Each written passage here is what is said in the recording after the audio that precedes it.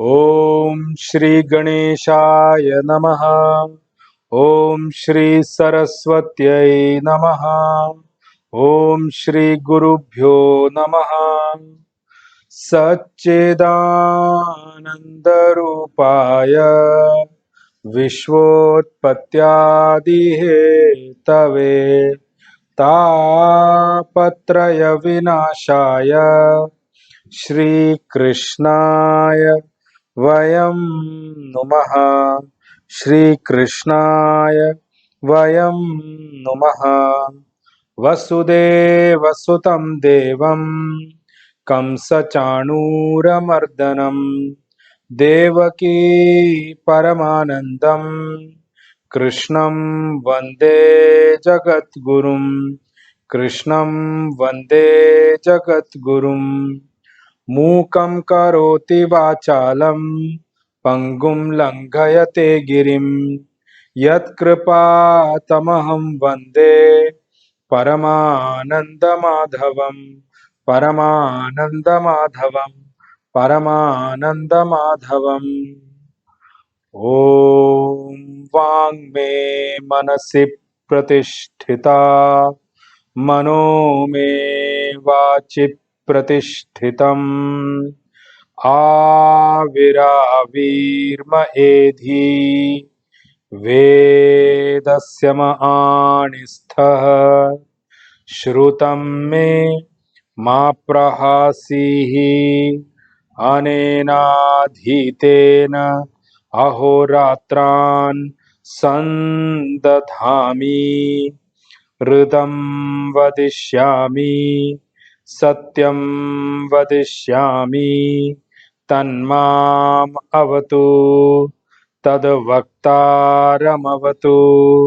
अवतु माम् अवतु वक्तारमवतु वक्तारम्।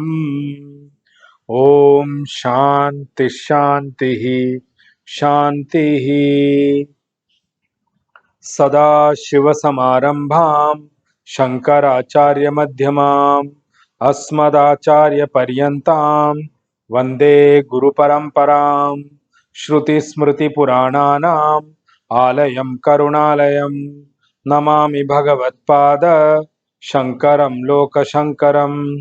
शङ्करं शङ्कराचार्यं केशवं बादरायणं सूत्रभाष्यकृतौ वन्दे भगवन्तौ पुनः पुनः।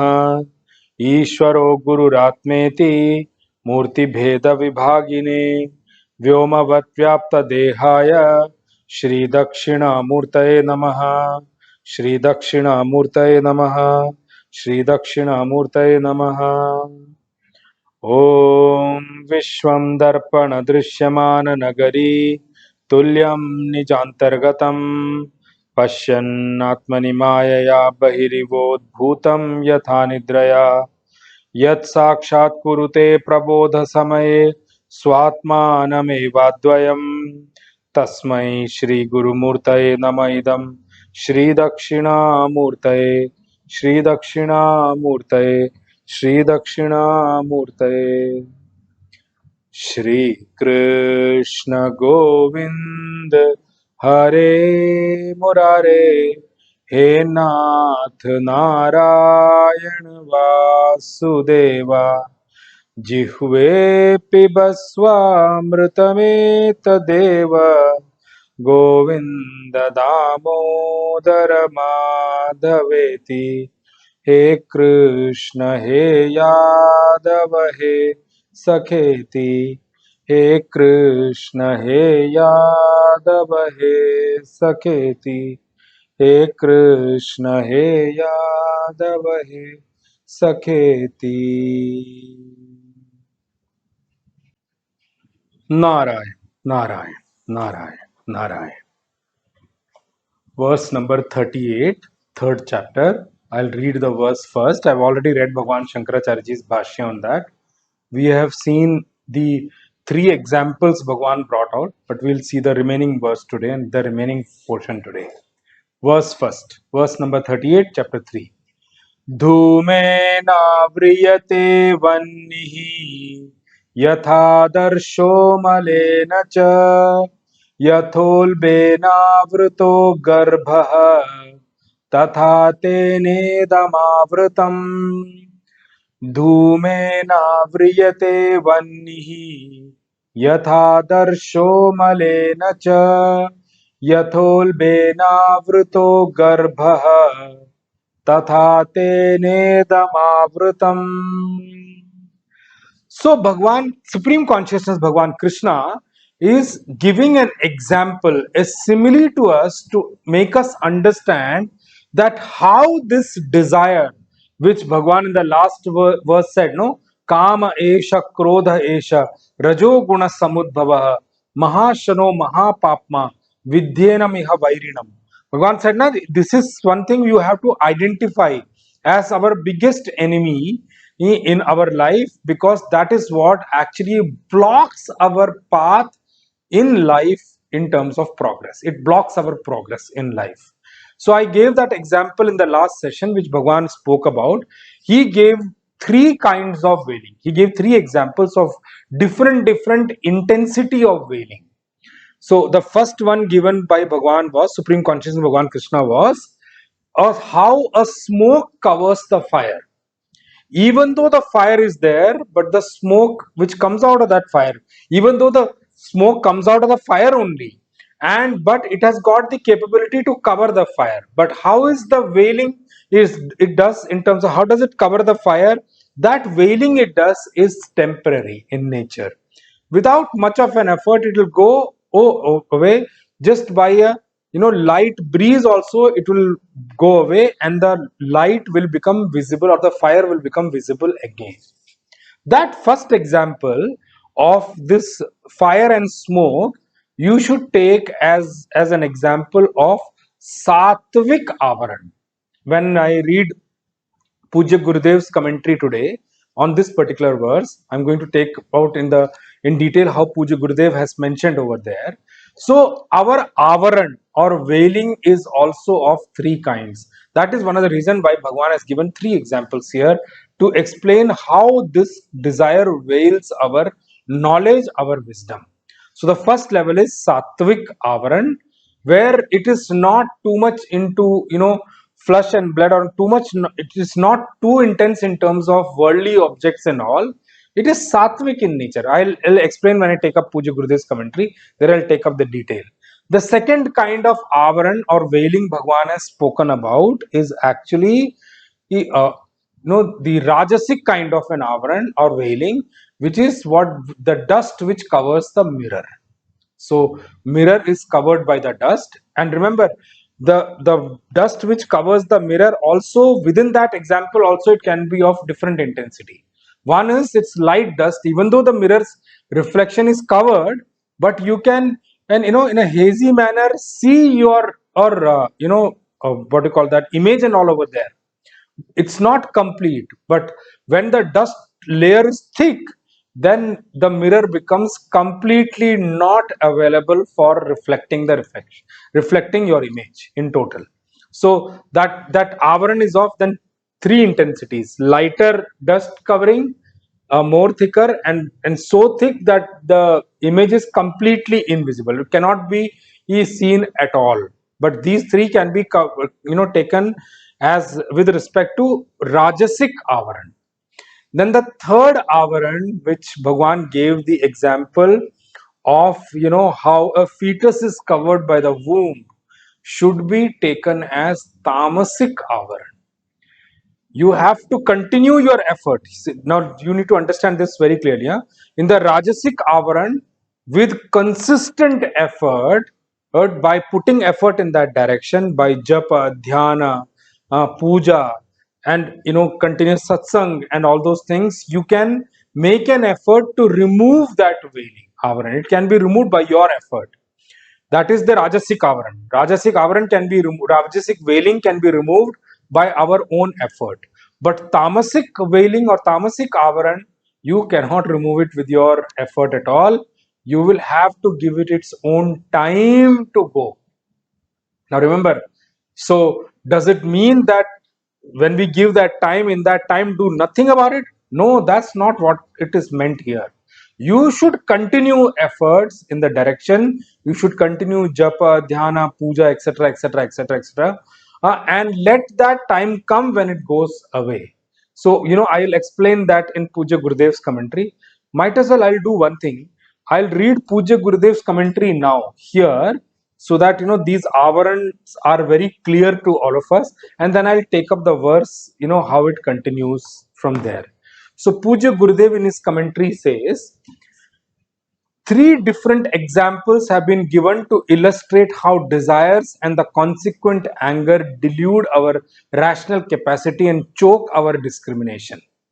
Repetition is an unpardonable crime against the scriptural style, and the Gita faithfully follows the immortal style common to all Bibles of the world. There is no redundancy or wasteful repetition in the divine song. With this understanding, when we try to read the stanza, we find that there are subtle implications in the three different illustrations used by the Lord. More is meant here than meets the eye. This is how Puja Gurudev says. Sometimes we feel, no, in spirituality, it is said that, many people say that there is lot of repetition. Yes, there is a lot of repetition. Without repetition, are you able to grasp things in one go?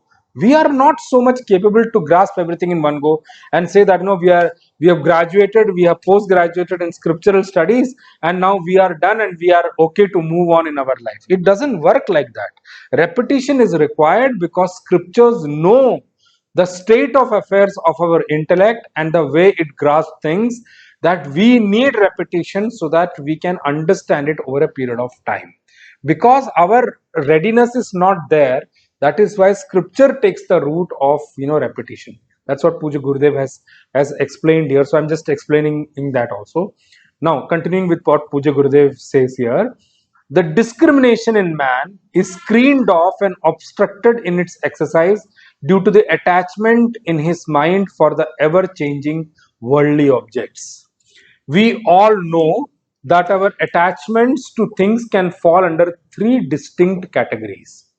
Our desires can either be low and vicious, mind for the craving fleshy carnal pleasures, or our ambitions may be for an active exertion in order to achieve power and wealth, to gain strength and might, to win fame and glory.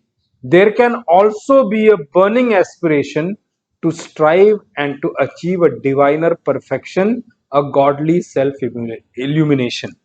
This one, which Puja Gurudev says, is there could be a desire to strive and to achieve a diviner perfection and a godly self illumination, is what is meant as sattvic desire. And the one where he said, and there could be ambition to achieve power and wealth, to gain strength and might, to win fame and glory. These are categorized as rajasic desires.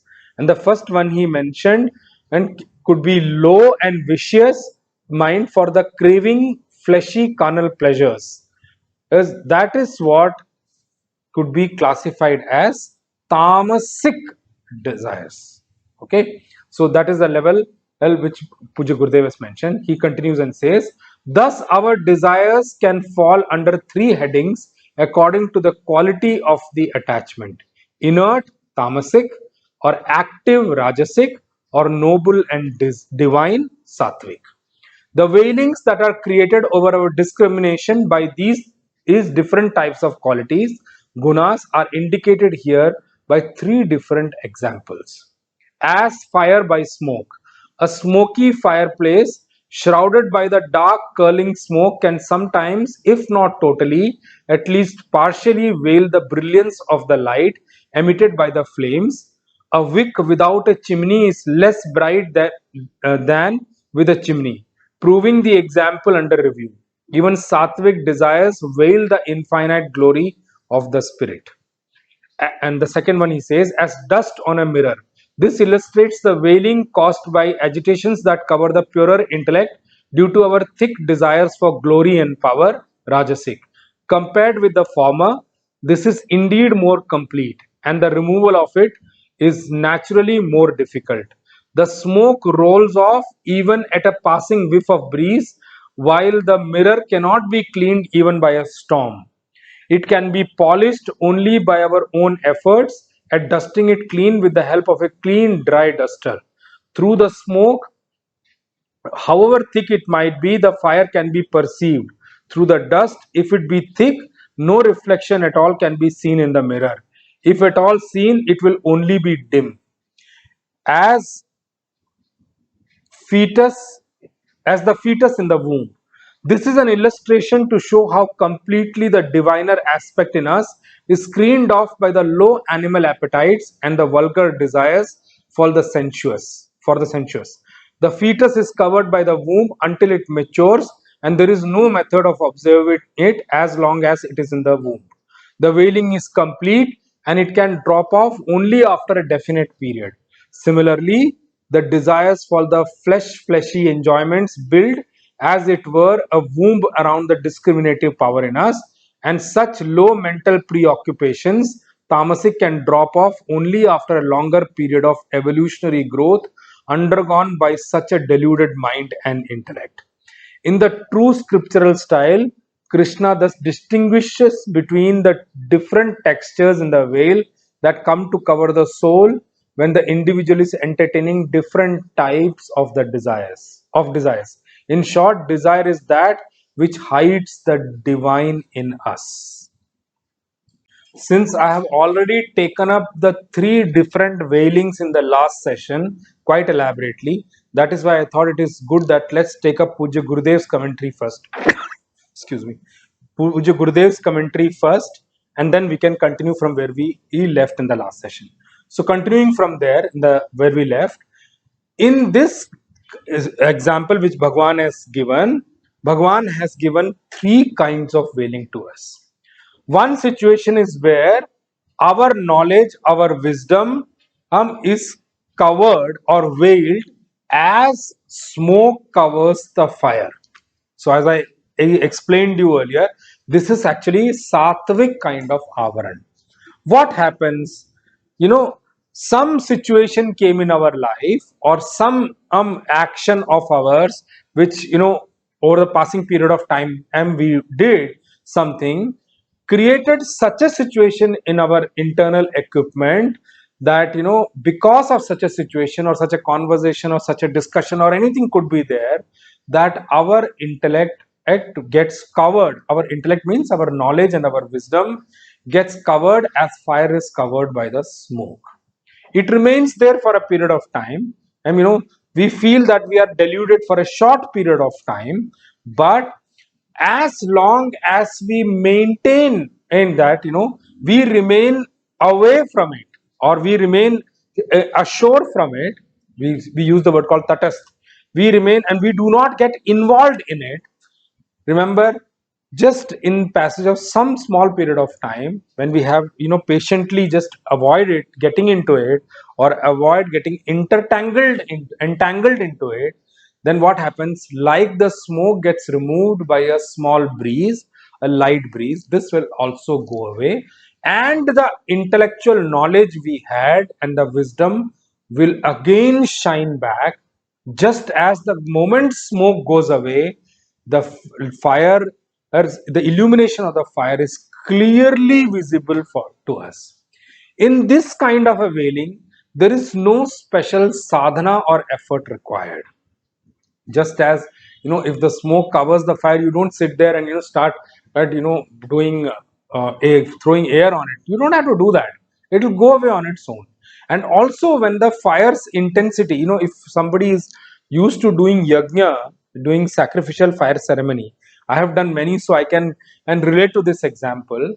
Sometimes what happens when the wood is there and you lit the fire and you just remain away from it for some period doing puja and other things before you start putting in clarified butter or ghee into it, then what happens when the wood is catching up the fire? Na? The fire is there inside. So the remaining the sides of the Havan Kund, or the area where the sacrificial ceremony is done, it blocks the thing, and it's, smoke starts to emanate out. The moment you start putting in clarified butter or ghee back again, it starts to catch up fire and the smoke goes away. So that is what you have to, you just continue doing what you are doing. Do not get entangled into it. Do not get worried about it. It will go on its own. There is no special effort required to do anything about it. Okay. So, and within the smoke also, in between, what happens when the smoke covers the fire also, in the sacrificial fire ceremony I'm talking about, you can see the light from in between the smoke. The light becomes visible. In the same way, this desire also, or some desire also within us, may block our wisdom, but in between we can have the vision of the wisdom and knowledge we have. It's not that the wisdom and knowledge we have is completely absent for me. No, in between the spark of it comes out, it gets covered, it comes out, it gets covered, and when this smoke goes away, it shines back the way it was before. Only sattvic people can understand what I'm trying to say, especially if you are a seeker in spiritual journey. I was discussing with someone some days back, and I told the same thing to them, that spiritual journey is very, very long. And in that long journey, what happens that we are all coming with our own prarabdha, we are all coming with our own, karma phala and all. So many a times it is becomes like a hop on, hop off bus. I've used this example somewhere before also. For many of us, when we start the spiritual journey, it is like a hop on, hop off bus. I use that example there. We climb on, we board onto the bus, and something comes in, we get down to see that, let the bus go, and then we see that place. When we have enjoyed enough, then we come back to the stand, and the next bus will pick us up and take us to the next destination. But remember, the bus will start from one place and has to end there, but in between there are many stops. So for many of us, spiritual journey becomes like a hop on, hop off bus. Somebody says, I was very spiritual. Then if you are very spiritual, what happened to you? I don't know what happened. Everything got dropped off. It's not that. You do not have clear understanding of spiritual journey. That's what you're saying. Everyone, I'm not talking about Jnani and Mahatmas here. I'm not talking about Brahmanist gurus here. But I'm talking about all the spiritual seekers. If you look back into your life, you will experience this, that, initially for most of us, it is like a hop on, hop off bus. We get into it, we get caught up with some other destination, we get out of it. Once we have enjoyed enough, we realize, no, this is not the place I wanted to be. I want to go to the next one. We'll board the bus back, we'll get down at the next, and we'll continue to circle till the time we have reached back at the place where we started from. The bus will start from, many buses are plying, so you can board the bus, and then you can get down, you can board again, you can get down. It continues throughout the day like that. So that is what you need to understand. In these kind of situations will keep coming and going. Why Bhagwan is giving avaran? Why supreme consciousness Bhagwan Krishna has to talk about veiling by any chance? Because Bhagwan is trying to bring forth in front of us the reality of life, that in spiritual journey you may face such situations where you feel that some veiling is covered. It could be temporary, it could be little bit longer, it could be much longer also. These things come, but have patience, have faith and trust in God and scriptures. Continue doing your satsang, continue doing your puja. Do not forget to develop and grow in love and devotion for God. I tell you, I've told this to you many times before. That is one thing we can hold on to, let us pass through these situations, these timing, patiently, without getting fallen off completely. Some people, if you do not have impatience, I'm telling you, they get derailed from the spiritual path also, because they feel that I put effort, but I do not know why things didn't work out. And it has got nothing to do with your effort. It is your karma phala, it is your prarabdha. This is part of your journey. Things will come and go. Many people do come to me and say that, I was doing very well. But of lately, I've started feeling very dejected. Of lately, I've started losing confidence in me. Of lately, I've started feeling nothing is good here. I've started feeling that life is a waste. These things will come. I told you this is one of the reasons why I always keep on saying through this forum in the podcast that it is very important for us that we all must have a guru in life. These times, Guru is the one or God is the one who can help us to get hold on and let us pass through these things without getting fallen off. Otherwise, many who face through these things get fallen off completely, get derailed completely, and start walking opposite the path. I have seen that also, because by God's grace I've come across many people, and in the effort of not understanding things correctly, people start blaming spirituality and God, saying that nothing happens, it is this, that, and all. No, spirituality was never the way you have understood it to be. You think what, that spirituality will completely change your prarabdha and all, or not? No, it will give you strength to move on and face it, and ensure that you do not have to go the full circle of multiple births and deaths to fulfill your prarabdha. You can put an end to your prarabdha. The secret key for that is only spirituality. Spirituality can give you that at benefit, that you do not have to take many lives and births, many births and deaths to actually fulfill or what do you call that, at take on your prarabdha, or go through your prarabdha. It can give you one stop somewhere, that remaining prarabdha, don't worry about it, it will dissolve. And that secret is only and only with spirituality. Otherwise, let me tell you honestly one thing, okay? If we as jiva, we don't even know how many lives we have come from, where all we are coming from, what all we have been, what all we have become, what all we did in our previous lives. We cannot at even and think of what we do not even remember what all we did in this life, forget about the previous lives. Then if that is the case, then if we think that by completely dispensing of, completely utilizing our prarabdha, we will be able to realize ourselves, that is something which is going to be impossible. So God has created some path. He says that develop yourself, work on you, improve yourself, develop and grow in love and devotion for God. Do that. I will give you one, and shift off from somewhere, so that you do not have to go through your entire prarabdha at all. See, I'll tell you honestly one thing, huh? After coming into spiritual line, after listening to my own gurus, and after listening to Brahmanist gurus and all, after being in their being at service in their lotus feet, I've understood one thing, that one thing should become firm in our mind, that I do not want any more life at all. You know how Shrotriya Brahmanist gurus function? When somebody asks that you will gain Shivaloka after this. So my Puja Guruji, he was talking about this, explaining it somewhere. Shivaloka, what is Shivaloka for? Why do people want to gain Shivaloka? What gaining for enjoying in their life? For enjoyment, Swargaloka is there. Why do you have to go through that? There, the thing is, they gain Shivaloka, they gain Vaikunt Loka, so that they get the opportunity to serve Bhagwan Narayana and Bhagwan Shiva.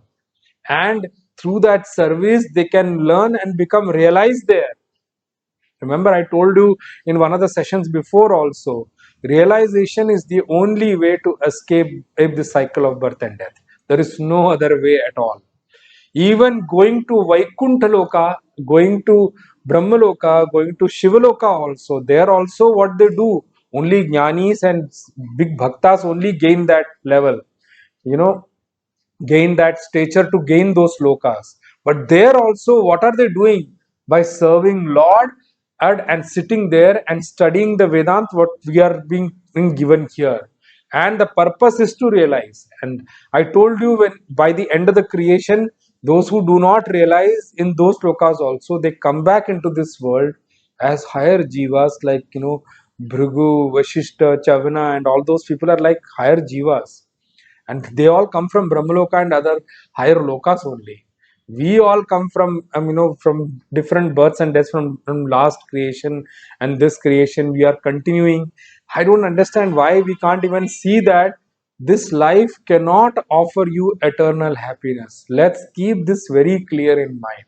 Irrespective of whatever you gain in this world, whatever you gain in this world cannot give you eternal happiness. Trust me. No object in this world. I'm not talking about even today. Even expecting some things to be invented in the future also. I can guarantee you one thing, that this world cannot give you eternal happiness at all, for sure. For gaining eternal happiness, realization is the only way. So anyway, so that is what see how we went into that direction to explain certain things. Some things only can be explained when those topics come. So we don't have to do anything about the sattvic avaran or sattvic veiling. It will go on its own on without effort. Also, just continue doing what you're doing. Don't get involved too much into these things. Even if don't get carried away by that. Just continue to do what you're doing. Be consistent in that. It will go away on its own.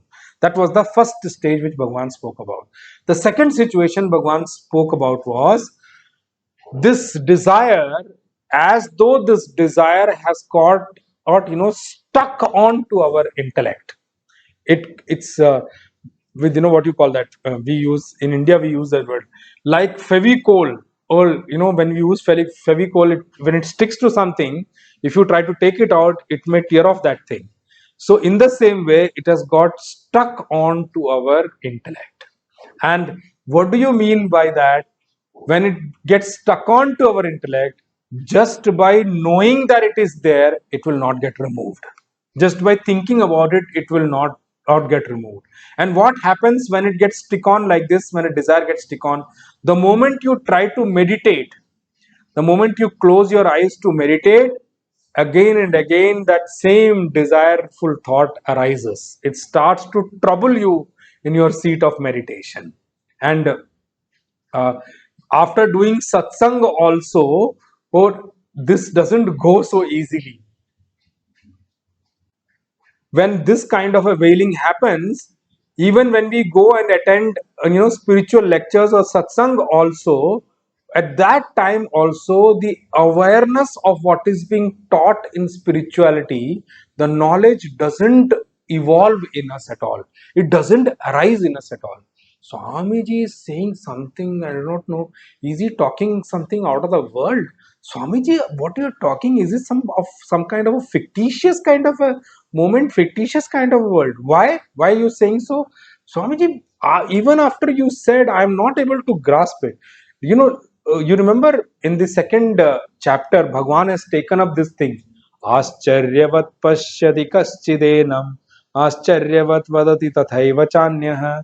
Bhagwan has picked up in the verse. This is about the veiling thing which Bhagwan has spoken there. This was verse number 29 of second chapter, where Bhagwan was talking about the self. Ascharyavat pashyati kaschidenam, Ascharyavat vadati tathaiva chanyah, Ascharyavat chainam anyas shrunoti, Shrutvapi enam vedana chaiva kaschit. So I'm talking about the fourth quarter of that particular verse, where Bhagwan said, Shrutvapi enam, even after listening to the subject of the self, even after listening to the description explained by Guruji in the satsang, even after such a brilliant explanation by our Guru in the satsang also, Shrutvapi enam, after listening to that also, nacha vedana chaiva kaschit. This person is not able to realize at all. That is what here that Avaran Bhagwan is talking about out in this particular verse. Even after doing a satsang also, that thing which is taught, the knowledge just doesn't happen inside our intellect. It just doesn't arise at all. It just doesn't click in our intellect. Okay, let me use that word. That is a better word to use actually. It just does not click even after sitting in the satsang also. That's what Guruji or Swamiji is talking about. That knowledge just doesn't click in our intellect. Why? Because of this kind of a veiling. To remove this kind of a dust, one will have to do a little bit of sadhana. One will have to do sadhana. And this is something which we will have to identify about us. Remember, only you, either you or your guru can help you identify this. When you don't expect anybody else to tell you that you have got an avaran. You should introspect yourself and identify. We will have to identify that which state I am in currently. What is my current state of intellect? What is my current state of inner equipment, antakarana? Is it of a smoke covering the fire, or is it of a mirror being covered by the dust? So if it is this state, we will have to make an effort to remove that particular dust. And sometimes there is a possibility that we are in the third state, third kind of a situation expounded by Bhagwan, that whether we sit in satsang also, whether we have done spirituality also, distantly also, that spiritual knowledge cannot be seen in our intellect. We are not even aware of those spiritual knowledge at all. Distantly also it cannot be seen, it cannot be felt. And it is just as a fetus in the womb.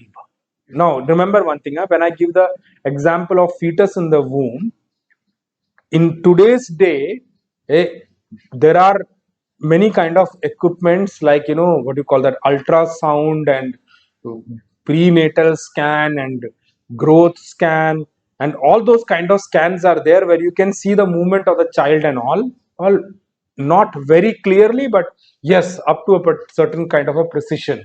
You may not be able to see everything clearly, but don't try to come back to us saying that nowadays it is this and all. Don't see that, but you should understand the example in its entirety. What Bhagwan is trying to say here is, what Supreme Consciousness Bhagwan is trying to say here is that just as a child lying in the womb of a mother cannot be seen by external eye at all. See, I'm saying exclude the current scenario of growth scan and ultrasound and all those things. You have to see the example in its entirety. Cannot be seen by the external eyes or gross vision at all. When dust covers the mirror, at that time what happens, sometimes the dust is light reflection of us or image of us we can see in the mirror. I already touched based upon that. Hazily we can see ourselves in the mirror if the dust is not thick enough. But if when the smoke covers the fire, in between the smoke also we can see the light of the fire, we can see that. But here, when the child is covered, the child is covered by the womb of the mother, you cannot see anything at all. You cannot see with your naked eyes at all. So in this example, the biggest thing which we feel when this kind of a veiling covers us, as when we fall into this situation where this kind of a veiling covers, is that this Atma, Anatma, self and not self, the awareness of self and not self, it seems I used to have, but as though I have lost that knowledge somewhere. We don't even feel that, do I really have intelligence? Do I really have wisdom? We are not able to understand that what happened to my knowledge and wisdom. Why have I become like a foolish man? Why I become like a completely ignorant man? I feel complete absence of wisdom and intelligence in me and during this kind of an avaran. I feel that I don't have anything at all. And in such kind of a wailing, the biggest factor we need to remember is that the amount of patience required by us will be for a longer period of time. We cannot think that it will go away by just some kind of a breeze coming in, or by little or some strong efforts it will go. No, this is not something which is going to go from your effort. It will take its own time to go. The only thing we need to do is we should let the time go by, let the time pass by with absolute exercising absolute amount of carefulness. We should be absolutely careful in this time, and with utmost care we also should continue to do our sadhana diligently. Doesn't matter. I to keep telling the people who come and interact with me in the WhatsApp group or personally also, I'll tell them that even if you don't feel, just continue doing your puja. Let it be mechanical, doesn't matter. Mechanical is also going to, remember one thing, even if puja is mechanical also, you must understand one thing, that the result it's going to give you is far better than other mechanical things you do.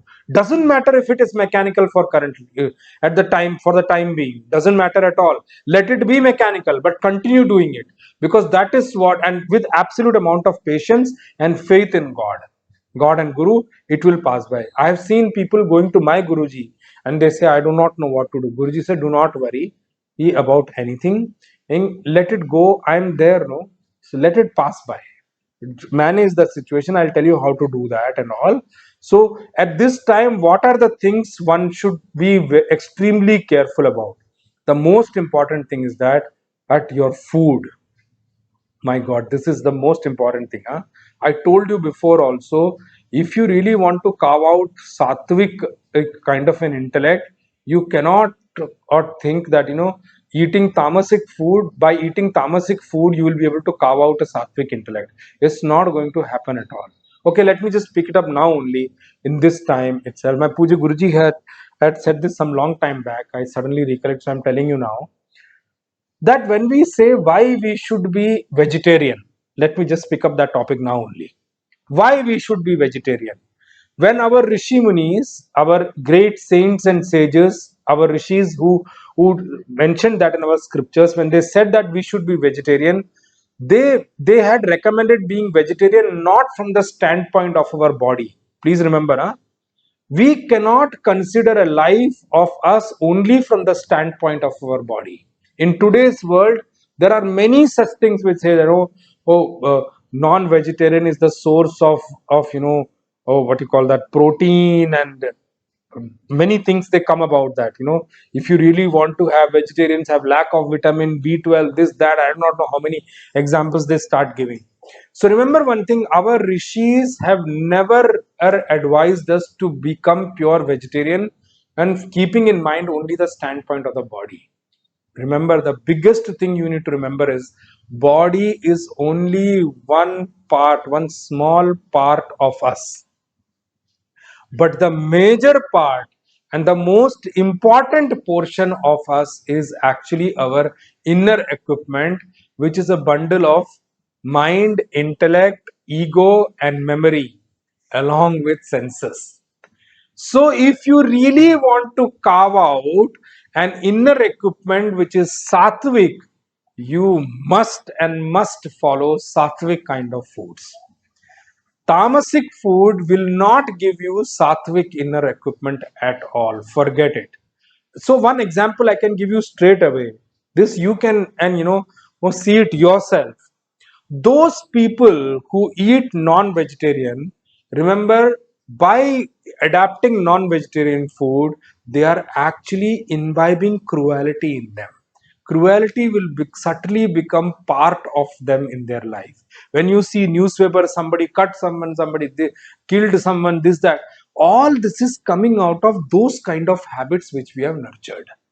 So sattvic food is absolute must if you really want to develop or carve out a sattvic kind of an inner equipment. Then the question will come, why is a sattvic inner equipment required? Without a sattvic inner equipment, you cannot understand the subtle aspects of creation, subtle aspects of God, subtle aspects of the self. You cannot do that at all. With a tamasic or rajasic kind of an intellect, which is actually gross in nature, subtle subjects cannot be understood. That is why it is important that even when such kind of avaran come, be very careful about what you eat. Be very careful about whose company you are engaging, whose friendship you are falling into. You should be very careful about how you are creating a living condition around you. You must take care that these things do not get affected and you do not fall down into lower levels. And if you do these care about these things, be vigilant about these things, then remember, this veiling which may have covered us is surely going to get dispelled away in a short period of time and on its own. So these three kind of veiling is what Supreme Consciousness Bhagavan Krishna is bringing forth in front of us through examples, through simile, that we must keep in mind to assess what is our current state as of now. Keeping these three kind of situations in mind, Supreme Consciousness Bhagavan Krishna has brought about these three examples of veiling, of one of fire and smoke, mirror and dust, and fetus and womb. And Bhagavan says, consider this as your enemy. This is most important line I want to underline. That is why I'm post Puja Gurudev's commentary, I picked up this line because this aspect I did not touch in the last session. So understand, whatever it is, whatever the kind of veiling you have inside you, assess it first and always consider it as your enemy and enemy alone. This point you must underline. And from Bhagwan's line, what Supreme Consciousness Bhagavan Krishna is wanting you to identify. Underline this line, that Supreme Consciousness Bhagavan Krishna is telling you, please consider this as one of your enemy and enemy alone. Why it is an enemy alone?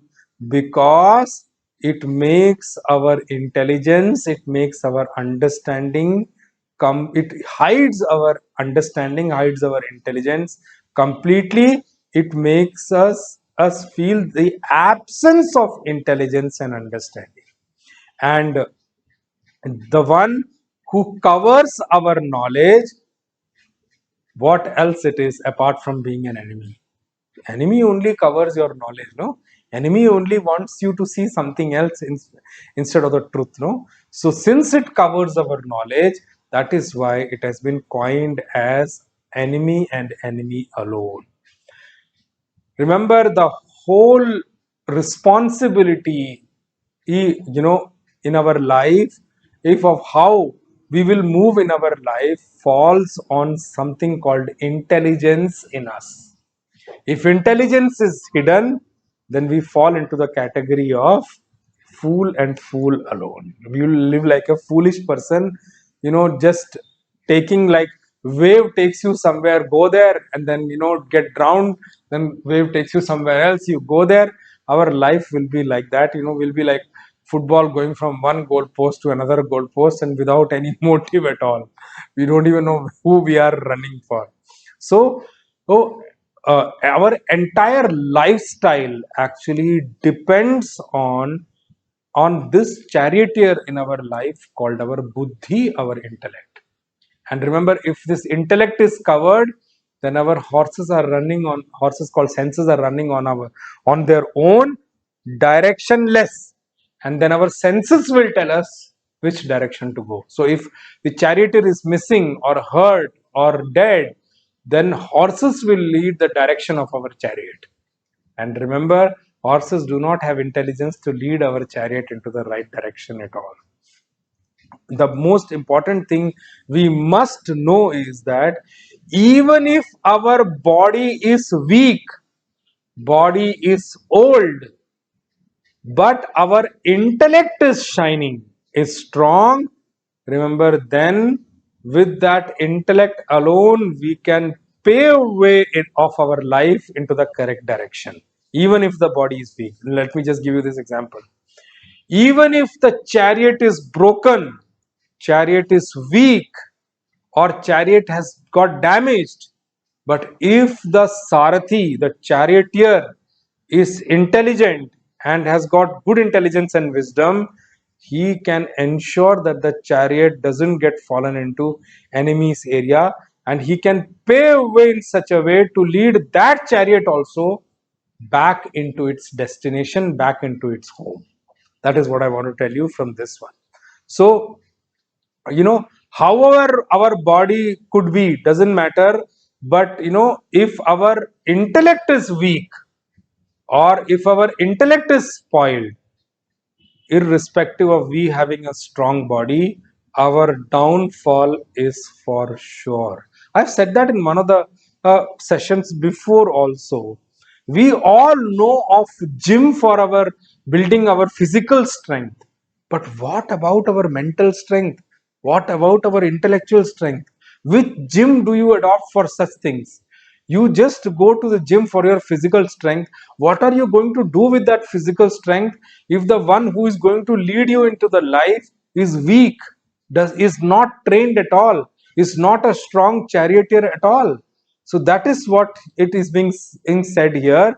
Even if the body is strong, but if the intellect is weak, downfall or destruction of us is for sure. And this intellect is actually covered by nothing but our desire. That is why this desire, Bhagavan says, consider it as your vairinam. Bhagavan has said as vairinam in the last one. Vidyenam iha vairinam. So Arjun must have asked, Bhagavan, you said tena idam avrutam. Bhagavan has used the word idam here, tena idam avrutam. But Bhagavan did not say who is this idam. So Arjun must have asked Bhagavan, this idam which you have used, who are you referring to as idam here? Who is the idam here? For that, Bhagavan is giving the next particular verse explaining who is this idam. What is getting covered? So I just explained intelligence and wisdom. Let's hear in Bhagavan's own words what is getting hidden here. What is being veiled here? Before I read the next verse, I'll read the connecting bhashya of Bhagavan Shankaracharya ji, connecting verse number 38 to 39. Kim punah tad idam shabdavachyam yat kamena avratam iti uchyate. What is that has been described as idam in the last verse? What is Bhagavan trying to point towards by using the word idam there, which is getting veiled or covered by a desire? What is that at idam? What is getting covered or veiled by a desire? For explaining that, Bhagavan is giving the next particular verse. Puja Gurudev also in his connecting commentary says, in this stanza it is not clearly stated which covers what.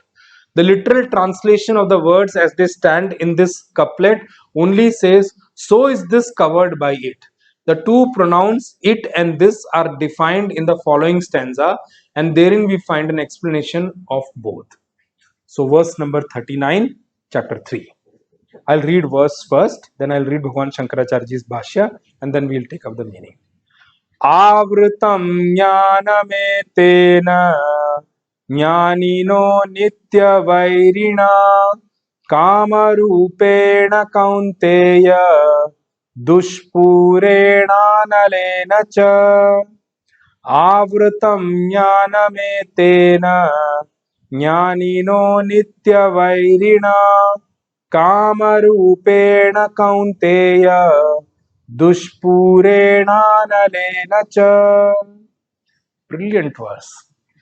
Here I'll also use one thing as I move along. I'll say here the word which Bhagavan uses, jnaninaha, we should not consider as self-realized saint. This is why I told you Sanskrit, the words we have to take contextual meaning. So what example Bhagavan is giving here is not for the self-realized saint. For he's not discussing Jnanina as self-realized saint.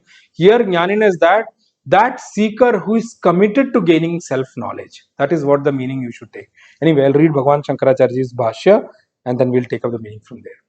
Bhagavan Shankaracharya says, Avrutam etena jnanam jnanino nitya vairina ज्ञानी ही जानाति अनेन अहम अनर्थे प्रयुक्तः पूर्वम एव इति दुःखी च भवति नित्यम एव अतः असौ ज्ञानिनः नित्यवैरी न तु मूर्खस्य सहि कामं तृष्णा काले मित्रम इव पश्यन् तत्कार्ये दुःखे प्राप्ते जानाति तृष्णया अहम दुःखित्वम आपादित इति न पूर्वम एव अतः ज्ञानिन एव नित्य वैरी. Then continued Bhagavan Shankaracharya ji says, किम रूपेण काम रूपेण काम इच्छा एव रूपम अस्य इति काम रूपः तेन दुष्पूरेण दुःखेन पूरणम अस्य इति दुष्पूरः तेन अनलेन na asya alam paryaptihi vidyate iti analah tena. Verse is also brilliant. Bhagwan Shankaracharya's commentary is also par excellence. Let's get into the verse. Here supreme consciousness Bhagwan Krishna says, Hey Kaunteya. Bhagwan says here, the word comes here, no? Hey Kaunteya. Now the word Kaunteya comes here. I told you, in Bhagavad Gita, wherever whatever address comes by even Bhagwan and addressing Arjun, or Arjun addressing Bhagwan, everything has got its own meaning. So here, why did Bhagwan bring Kaunteya? Kaunteya means Kunti Putraha iti Kaunteya, the one who is the son of Kunti. Why Bhagwan has to bring out this name? Because if you see Kunti ji's life, it has been a life with absolute dedication and devotion towards tapas and Bhagwan. She had got a very, she has followed great penance in life. Pandu left very early. She was had the responsibility to help grow the 5 children on her own without husband. And then during when the kids were growing also, Pandavas were growing also, so many difficulties came. Every time there was an effort, there was action or effort from the side of Dhritarashtra and Kauravas to eliminate Pandavas, because they always used to feel that Pandavas are a threat to them for or becoming a heir to the throne. So those things Kunti ji has faced, but remember, she had never ever lost courage and faith in life. She was extremely devoted to Bhagwan Krishna. And it is said in Srimad Bhagavad, the Prathama Skanda itself, the description comes of Mahabharata there. It is said when Arjun came back and told that, he's crying, Arjun is crying that, Bhagwan Krishna had gone without telling us, he's cheated us, and all those things Arjun says in that line, that Bhagwan didn't even tell us once that he's going back to his Vaikuntha Loka, he's winding up his Leela Sharira here, his incarnation and body from here and going back into that world, didn't tell us and all. Kunti heard the whole conversation. Kunti did not come to Pandavas at all. She did not come and weep and at all. It is said in Srimad Bhagavad, she went inside her room, closed her room, meditated unto Bhagwan Krishna and left her body. See, that's the description of Kunti ji.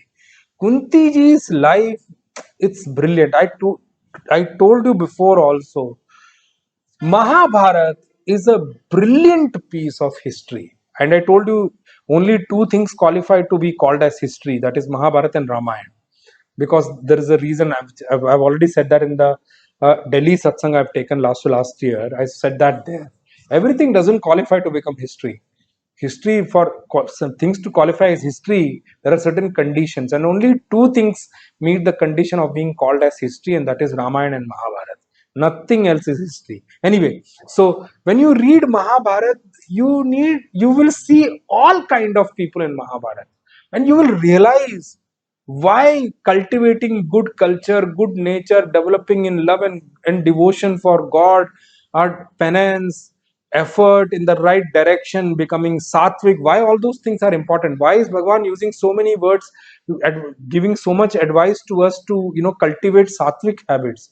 Because that is how you can carve out a positive life.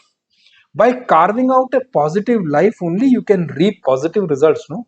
With a negative life, how do you expect you to reap positive results? And I told you, there could be corruption anywhere, but in the karma line, in the theory of karma, let me use this way, Bhagwan is karma phala data. There is not even a wee bit corruption and wee bit mistake at all. There are only 1 or 2 places which it is mentioned that Dharmraj had to ask forgiveness. But trust me, karma is never wrong at all. Bhagwan has set it out in such a way.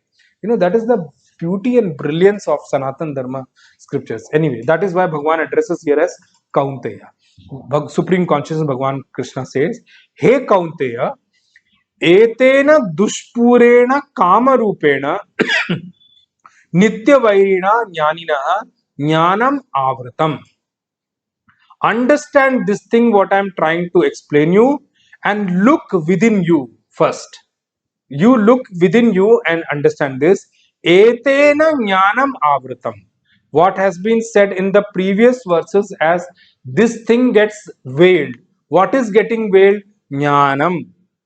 And there when I said, in the last verse, when it mentioned katham avritam, what is getting covered by this thing, it's jnanam. And there he mentioned three kinds of veiling there. Who does this veiling and what is being veiled? That is explained in this particular verse. Etena kama rupena.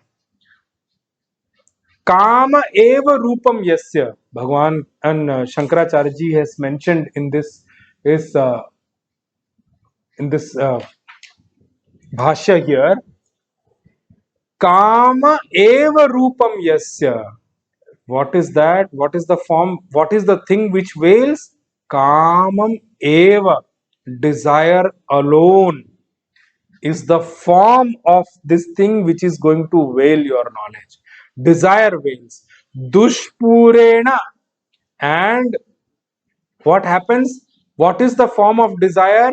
Desire, whole life goes by, but we do not feel fulfilled by fulfilling our desires.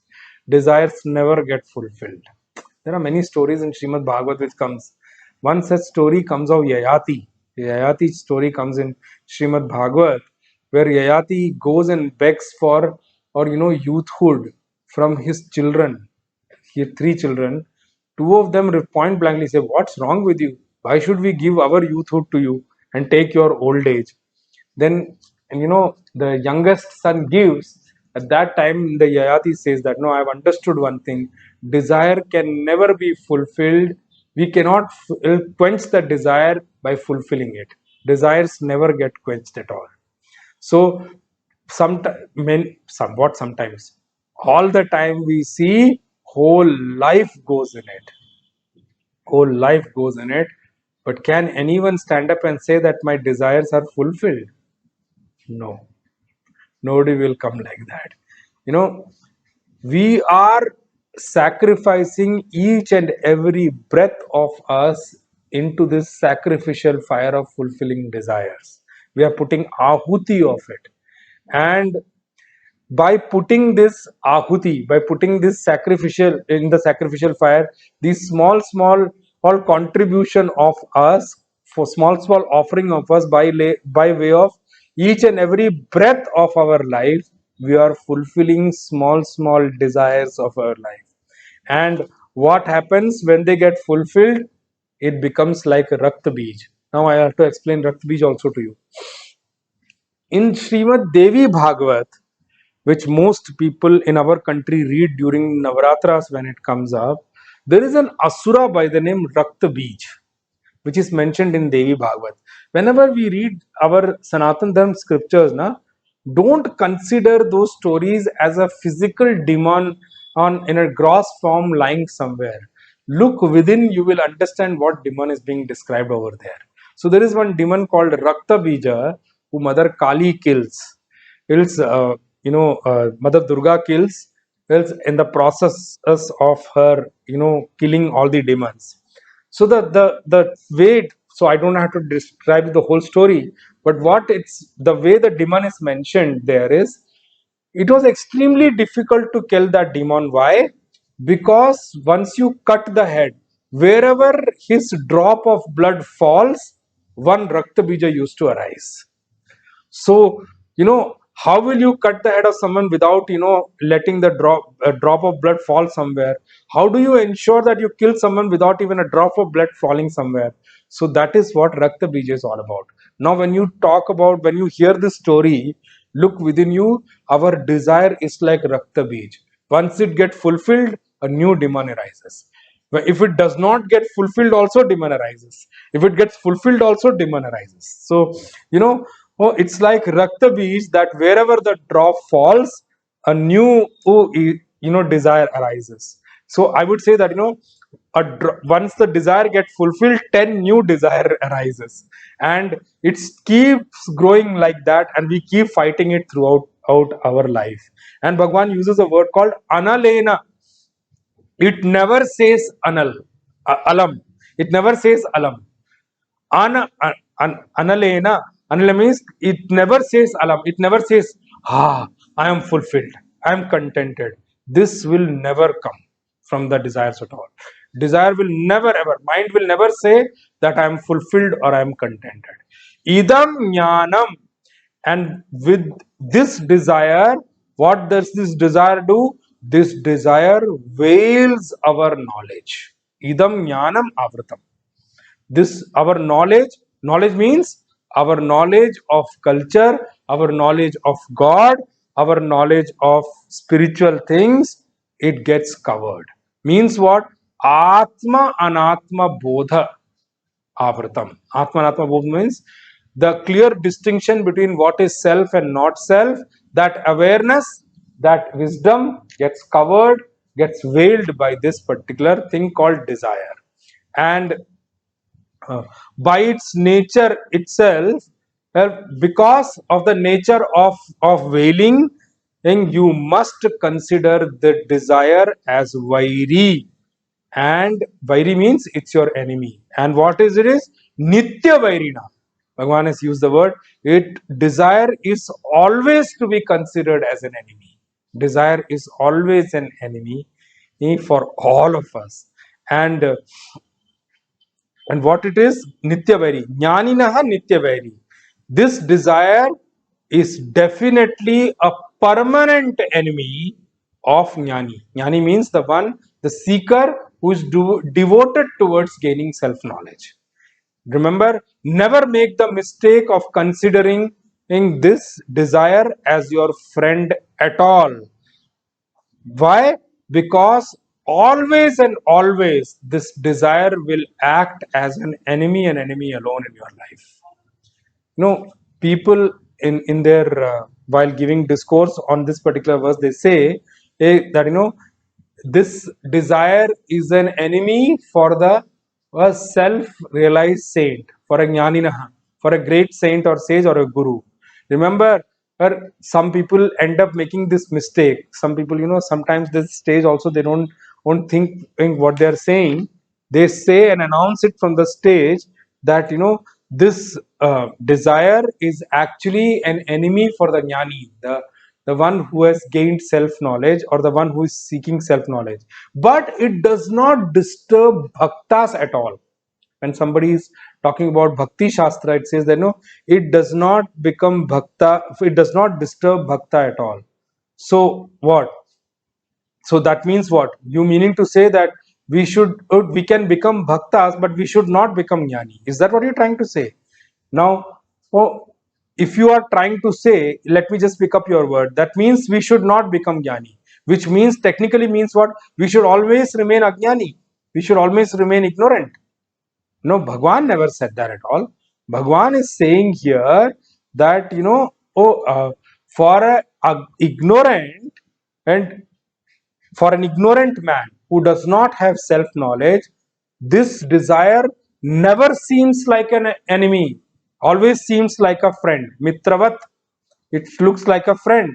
And he never said that, Bhagwan never said that this desire is not an enemy for a bhakta. Let's not, digress from what Bhagwan is trying to say.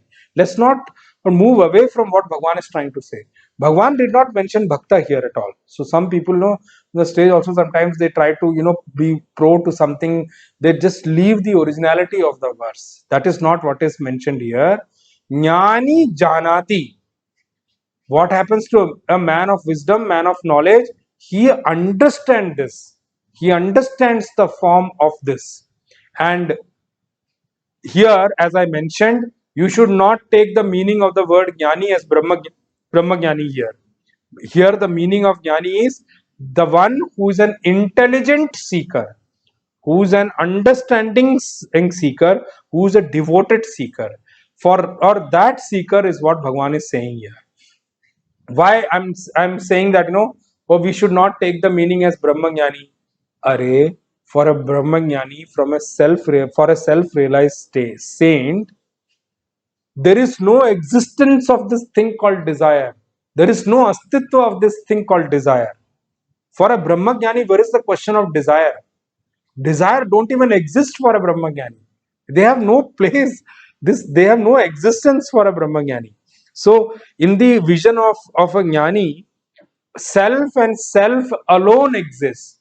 So where is the question of desire existing anywhere? So there is no existence of the desire. Jnaninaha means what? The intelligent seeker who is devoted to the path of self knowledge should consider this as understands this as an enemy and enemy alone. A Jnani knows that this is the root cause of destruction, root cause of all destruction.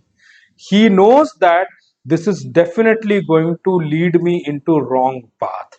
That is why, the moment any kind of desire arises in a Jnani, the moment any kind of small desire also arises in a man of wisdom, before even setting out or allowing his senses to act, Jnani or a devoted seeker becomes very worried and becomes sorrowful. Why? Because he knows that this is going to lead or push him into destruction. Anartha is going to push him into destruction. And if this person is not able to control this desire at all, then remember, this intelligent seeker is sorrowful about his own weakness of not being able to control it. And when he forcefully gets set out into it also, at that time, while in the action and at the level of consuming or taking the result, accepting the result also, this gives lot of sorrow to the intelligent seeker. That is why it is said that this is a nitya vairi for a jnani. For an intelligent seeker, this is a permanent enemy. It's not that sometimes it acts as an enemy. It's a permanent enemy. Now let's take the example of an ajnani. For an ignorant man, what happens at the level of an ignorant man? For an ignorant man, desire gives him sorrow only at the time of results. Why? While the desire arises in an ignorant man, here Bhagwan Shankaracharya has used the word murkha. Murkha means fool. So we would take the meaning of ignorant man. There murkha means ignorant only. Don't misunderstand Bhagwan Shankaracharya ji. Why a ignorant man becomes a fool? Because he gets fooled by the false things in the creation. He does not understand the real things at all. Reality is far away for this particular person. So what happens for an ignorant man, and at the time when the desire arises, this desire seems to him as a dear friend. And where at that time I'm out of desire, this man sets out into action and acts. But when the result comes, at that time this ignorant man becomes sorrowful, and he somewhat intelligence, a little bit of intelligence if this man has, he realizes at that time that my desire is the one which made me lost in this particular world, is the one which made me go helter to shelter in this world, and that is why I'm sorrowful. But what is the point of knowing it now? Now I have to face the result, because at the result time Bhagavan said na karmani eva adhikaraste ma phareshu kadachana. Understand that here, when you have the choice at the time of doing action, but you have no choice at the time of facing the result. You will have to face it. So this man, ignorant man, understands now knowing about it, what is the use of knowing about it now? I will have to face the result. That is why those who are foolish, they never understand in the beginning that this desire is their enemy. A jnani, an intelligent seeker, already knows from the beginning itself and tries to control the desire. and and understands that at the time of result also, if I control it now, at the time of result I will not have to face too much. And if this intelligent seeker is not able to control the desire, at that time he understands that this is why Bhagavan said it is a nitya vairi, it is a permanent enemy.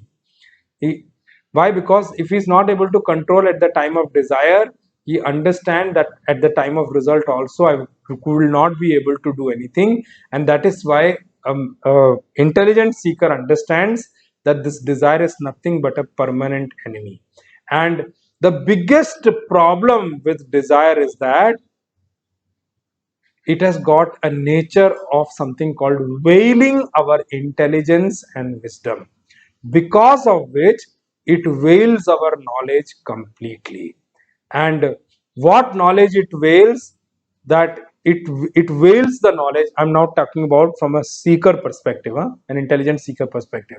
It veils the knowledge that I am not an enjoyer, I am the untouched Chidatma. Untouched, unattached, completely free Chidatma I am.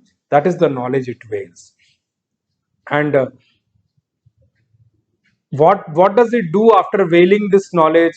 It makes us understand this fact and accept this fact that this enjoyer is no one but me and me alone, and that is why I need desired objects so that I can enjoy.